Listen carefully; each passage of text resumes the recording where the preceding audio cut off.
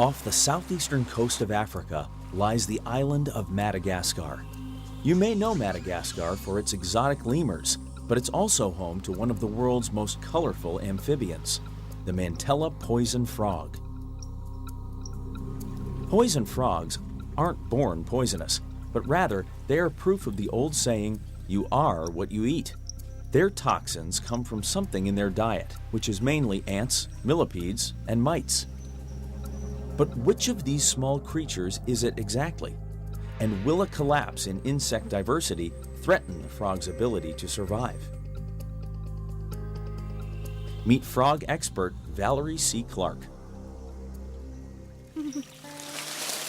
Voila.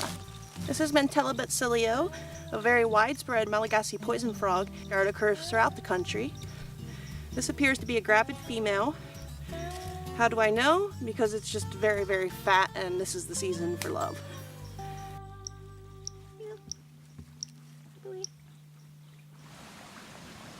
Clark and her team use GPS data to alert them to the frog's location and to relay other useful information.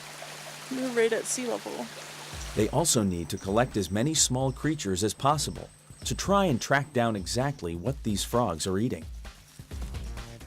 They have a special system to get an idea of the local insect diversity. First, they chop up and go through piles of leaves. Then, they put the leaves in various bags, with the final plastic bag at the bottom filled with alcohol. As the soil dries out inside the first bag, the small creatures leave it to try and find wetter soil. They fall out into the plastic bag and become samples. How do you sample the toxins in a frog's skin?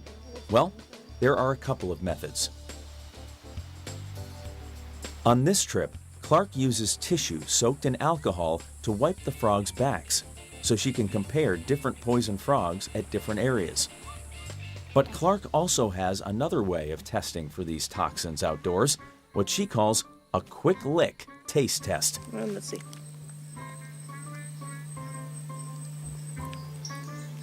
Oh, it's definitely bitter.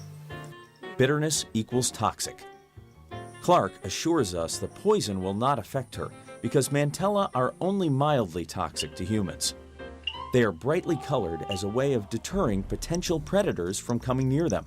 The chemicals in the frog's skin may be harmful to other animals, but could be helpful to humans. Some scientists are proponents of the idea that chemicals from frogs could hold the key to new medicines, such as pain relievers and heart disease-fighting drugs. By sampling frogs for their toxic chemicals, we're effectively taking a shortcut to the many, many chemicals that exist in countless insects in the rainforest. Clark is committed to raising public awareness of poison frogs, like Madagascar's famous chameleons and lemurs. I believe that they're really, really important, not only because they lead us to drugs and potential green pesticides, but also just because they're gorgeous. Back in the village, the results are promising. Here we go.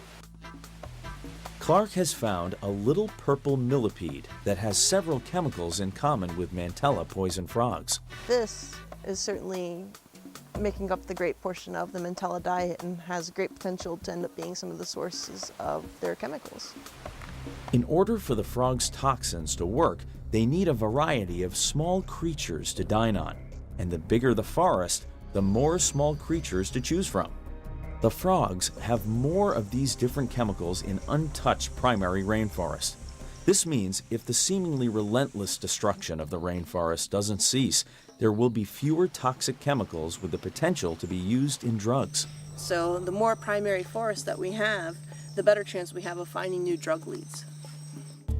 Near the end of her journey, Clark has collected a grand total of 500 tubes of small creatures. These are important clues that could lead her to some sources of the frog's toxins. I believe that understanding factors that affect Mantella distribution is critical for designing good conservation strategies. Clearly, she has a lot of work ahead of her, but already she is coming to one conclusion. More than ever, there is a compelling need to save the rainforest habitat. With its diversity of small creatures, if we are to save the poison frogs of Madagascar.